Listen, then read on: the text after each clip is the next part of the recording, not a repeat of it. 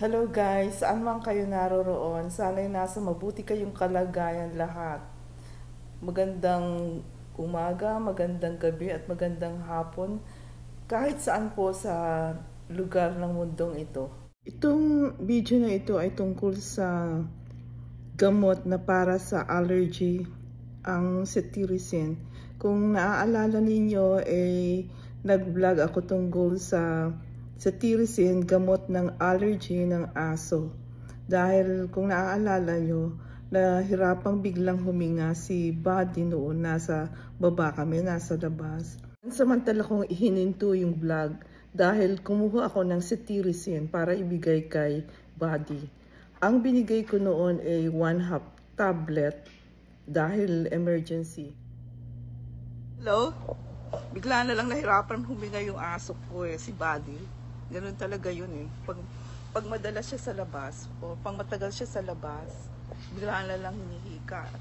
Pag hinihika, binibigyan ko lang cetirizine. Katulad ngayon, binigyan ko siya ng cetirizine pero 1/2 lang dahil maliit na aso 5 milligrams. Balak ko kasi lantingin sa kanya yun pero ako tatanungin ko muna sa veterinarian yung kung okay daily i-maintain kasi actually ang cetirizine is safe sa mga tao, sa adult lalo, safe siya.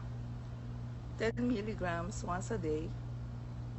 Yung binibigay ko kay Buddy 5 milligrams lang kalahati pero as necessary lang, hindi ko ini everyday. Tatanungin ko nga muna sa veterinarian kung okay So guys, nung binigyan ko siya noon ng 1/2 tablet, nawala naman yung hirap niya sa paghinga.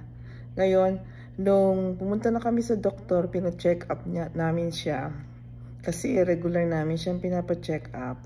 Tinanong ko kung pwedeng i-maintain si Buddy sa cetirizine para maiwasan ang allergy niya.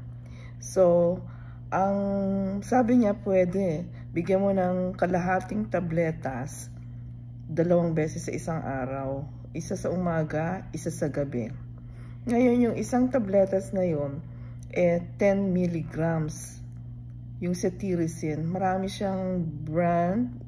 Itong cetirizine is a generic name na new generation of antihistamine.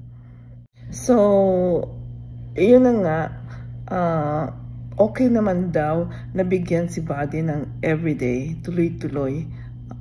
Yung kasing cetirizine, maiibigay mo, ang dosage 1 milligram per pound.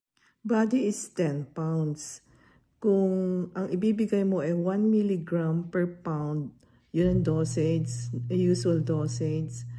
Ang bibigay mo kay Buddy is 10 milligrams because he is 10 pounds in a day. So, hahatiin mo yun dahil twice a day dapat. Kaya, ang bigay ko 5 milligrams twice a day. Binuhay ko itong topic na ito dahil na-post ko din ito sa YouTube channel ko. At may nagtanong kung ano ang follow-up nun, kung ano na nga ang nangyari. Kaya eto, gumawa uli ako ng isang content para dito. Okay, sana may natutunan po kayo. At yung mga sinabi ko rito ay pwede rin ninyong tanungin sa inyong mga veterinarian. Yun lang po. Thanks for watching.